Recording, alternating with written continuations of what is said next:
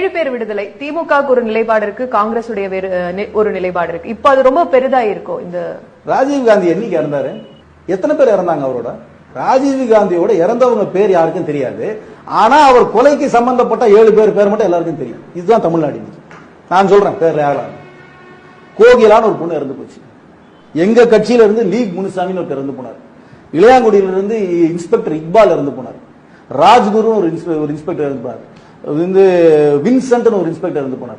18 பேர் இந்த 5 பேர் நான் சொல்றேன். என்னைக்காவது தமிழ்நாட்டில் தமிழன் பேசும் கட்சிகள் அந்த 7 பேருக்கு 30 வருஷம் இருந்துட்டாங்க, அதனால பேரழிவாளன் வந்து நீங்க விட்டுறணும், அவனுக்கு 20 இயர்ஸ், அவனுக்கு போகும்போது 18 வயசு தான் ஆச்சு, லைஃப் ஃபுல்லா இருந்துட்டான் விட்டுறணும் எல்லாம் சொல்றதெல்லாம் கூட ஒரு வாதம் இருக்கும். என்னைக்காவது ஒரு நாள் இந்த தமிழ் சொல்ற கட்சிகள் ராஜீவ்காந்தியோட இறந்து போன அந்த 16 பேரோட பேரை என்னைக்காவது சொல்லியிருக்காங்களா? அவங்களாம் தமிழர்கள் கிடையாதா? அவர்களுக்கெல்லாம் நியாயம் வேண்டாமா? அவர்களை பற்றி ஏதாவது சொல்லியிருக்காங்களா? என்னைக்காவது ஒரு நாள் கூட பேசுனது கிடையாது. அதனால சட்ட ரீதியாக ஒரு ஆயுள் தண்டனை கைதி இத்தனை ஆண்டுகளுக்கு பிறகு அவர்களை விடுதலை செய்யலாம் சட்டத்தில் இடம் இருந்தா அந்த சட்டப்படி நடந்துவிட்டோம். I have no comments about it. ஆனா அவர்களை ஹீரோஸ் ஆக்காதீங்க. அந்த 7 பேரும் ஹீரோ ஆக்காதீங்க.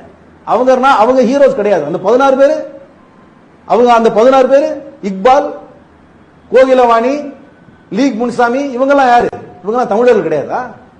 அந்த இதுக்கு ஏன் தமிழ் பத்தி பேசுறவர்கள், தமிழ் உணர்வை பற்றி பேசுறவர்கள் ஏன் இந்த 16 பேரை சொல்ல மாட்டேங்கிறாங்க? அதனால சட்ட ரீதியாக அவர்களுக்கு வந்து இவ்வளவு நாள் ரெமிஷன் கொடுக்கலாம், இத்தனை வருஷம் கழிச்சு அவங்க ரிலீஸ் ஆகலாம் ஆயிட்டு போடும். ஆனா அவர்களை ஹீரோஸ் ஆக்காதீங்க. They are not heroes. அவர்கள் ஒரு நீதிமன்றத்தில் குற்றவாளிகள் என்று நிரூபிக்கப்பட்டு அவர்கள் அடைக்கப்பட்டார்களே தவிர ஒரு அநீதி, ஒரு குற்றமே, எந்த ஒரு ப்ராசஸும் இல்லாம பண்ண. ஆனா இந்த 16 பேரை பற்றி ஒரு நாள் கூட பேசினது இல்லையே. அது எவ்வளவு வருத்தமா இருக்கு எனக்கு.